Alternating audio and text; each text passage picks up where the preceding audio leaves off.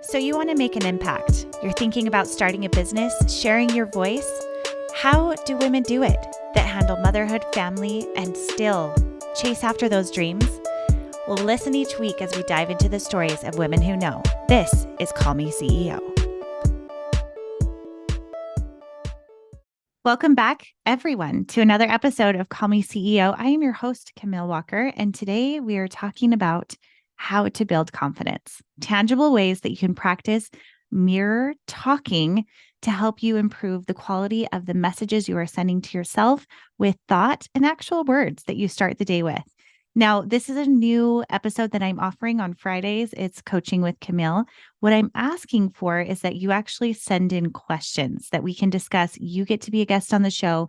It's a shorter episode, but we're always concerned and talking about women, motherhood, how you're balancing building a business or sustaining yourself in home, family, and work, whatever that approach is. So welcome. If it's your first time here, please subscribe, leave a comment, review. That's always helpful.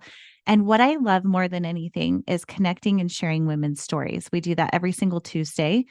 And today, because it is a Friday, I'm doing a special episode. And this is one that was a sensitive question that came in. So I'm doing it solo, and I'll do those from time to time.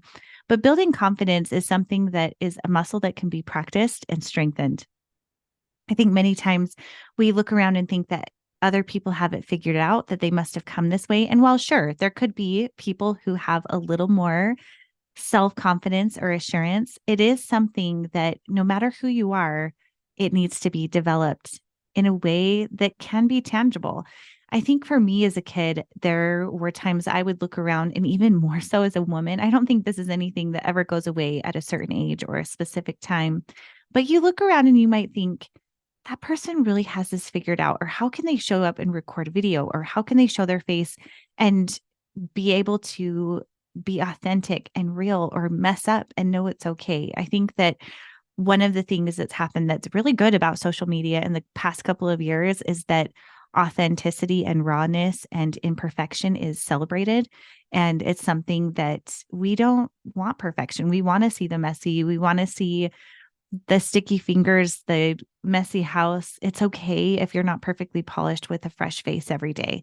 And so that's something that as you're thinking about this confidence practice, knowing that perfection is not the goal. That's not something that should be something you attain to, or you will always be disappointed. So today we're going to be talking about how to actually do a practice of a mirror exercise. That's what we're calling it, how to develop a mirror exercise. And one thing that's interesting is, as I've listened to different podcasts or books or self-help gurus, it seems as though most of them have a physical practice that you should do in speaking to yourself, or even giving yourself a high five in the morning. I don't know if you've heard that from Mel Robbins, I believe is who shared that most recently, but she tells people to physically give themselves a high five in the mirror, and to say something like, we've got this, or I've got you, or you're amazing. Another book I read recently is called Tiny Habits, I believe is what it's called.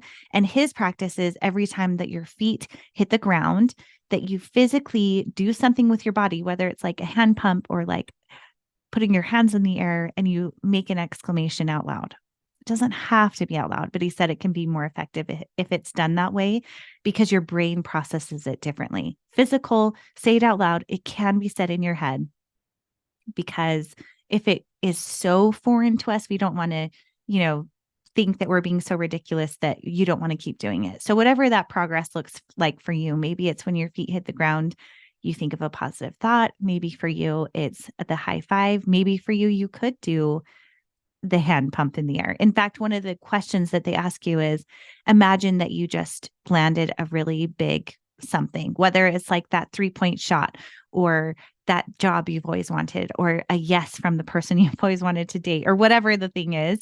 What would be like a physical reaction or something you would say to celebrate that moment? And I think that takes a little bit of vulnerability to put ourselves there, of like, what would I say? And what would that look like? Think about your teenage self maybe, and what would that person say? And it doesn't have to be the coolest thing. It's really just what makes you feel great. So that's a first practice. Now, this mirror practice is something that you can try if you're wanting to go a little bit further in your steps. I'm actually going to have you think about this. In fact, if you have a paper and a pen, it may be a good idea to write these down. So number one is I want you to acknowledge your wins and victories of the day. Now, if this is something reflective, it could be from the day before if you do it in the morning, or it could be the day of that night. And listen, I'm talking about very simple, tiny little wins. Like it could be that you brushed your teeth and remembered to take a vitamin, or that you were able to communicate effectively with a coworker, a child. Maybe you made a good choice about something that you did for yourself, whether that was meditation or eating a vegetable or whatever.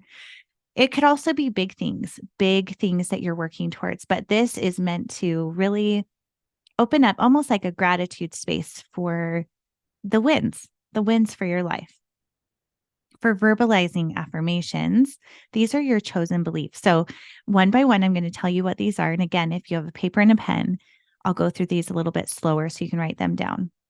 The first one is to say, I am enough. It is a simple statement, and I think it's a very powerful one. It's one that if we are in a place, whether it's with parenting, your job, your relationships, I think that reminding ourselves that we're enough right where we are is powerful.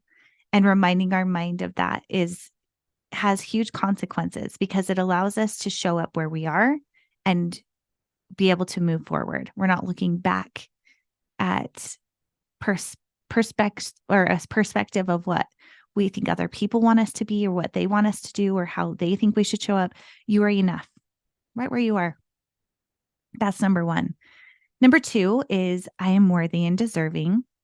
And this could be for so many things. It's a very simple statement. And again, very profound to say, I am worthy and deserving. That is something that if we in our own minds do not believe that we are worthy or deserving of a promotion, of love, of connection, of being paid attention to, then that is energy that you will send into the universe. And a lot of times you get what you're looking for, but you're not going to be able to demand or even embrace that from other people unless you believe it about yourself. So again, super simple, but also very profound. One we should practice every single day. Number three is I forgive you. And that's for yourself. It's a very simple statement of I forgive you, wherever that means for you. It could be for today's actions. It could be for 5 years ago for you as a child, whatever the thing is, something that's hanging or bothering your mind. The next is I trust you, which I love. Trusting yourself is a huge part of being successful in your journey. And that is something that I think with all of us, we want to feel a sense of knowing. We want someone with a crystal ball to tell us everything's going to be okay. Sometimes we want to know that this risk is worth it. And sometimes, not sometimes, all the time, it's a leap of faith. And a big part of that is trusting yourself in the journey. I have a quote in my kitchen that says, trust the next chapter of your book. You are the author. It's true. Like you are the author of your journey. So placing that trust in yourself is a big part of keeping commitments to yourself. So what does that look like? For me, it could be saying that I want to commit to taking better care of my skin.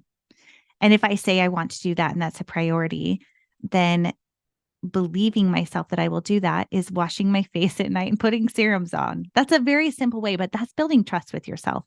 Another way of building trust with yourself is maybe telling yourself that you're going to work out. You're going to get 30 minutes of workout in 5 times a week, or even 3 times, or whatever that commitment is.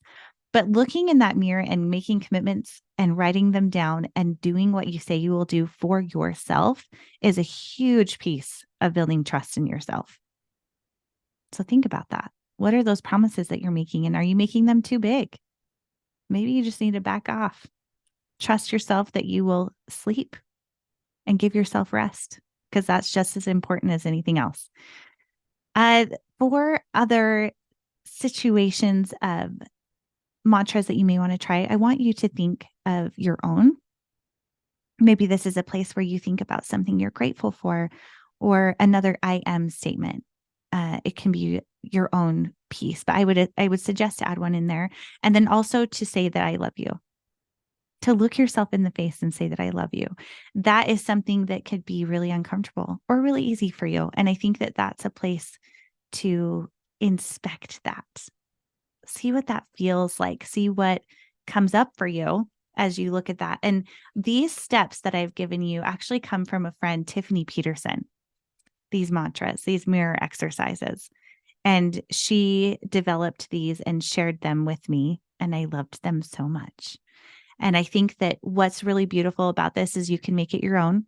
It doesn't have to be exactly like this, but the words that we think and the words that we speak to ourselves will always determine where you'll go. You're never going to achieve more than you see yourself achieving. You're never going to be putting yourself in a situation where you are loved or respected or treated the way you don't love and respect yourself. And that's a big thing. And that's something I think all of us are working on. Like we talked about in the beginning, this is something that we are always learning as we grow and adjust and change in different seasons of our lives. Who is that person that is in the mirror? How do you love and respect and trust them? How do you achieve those goals that you're going for? Well, it's going to be part of that process, and to trust yourself and to remind yourself that you're worthy of that trust and that you are right where you need to be.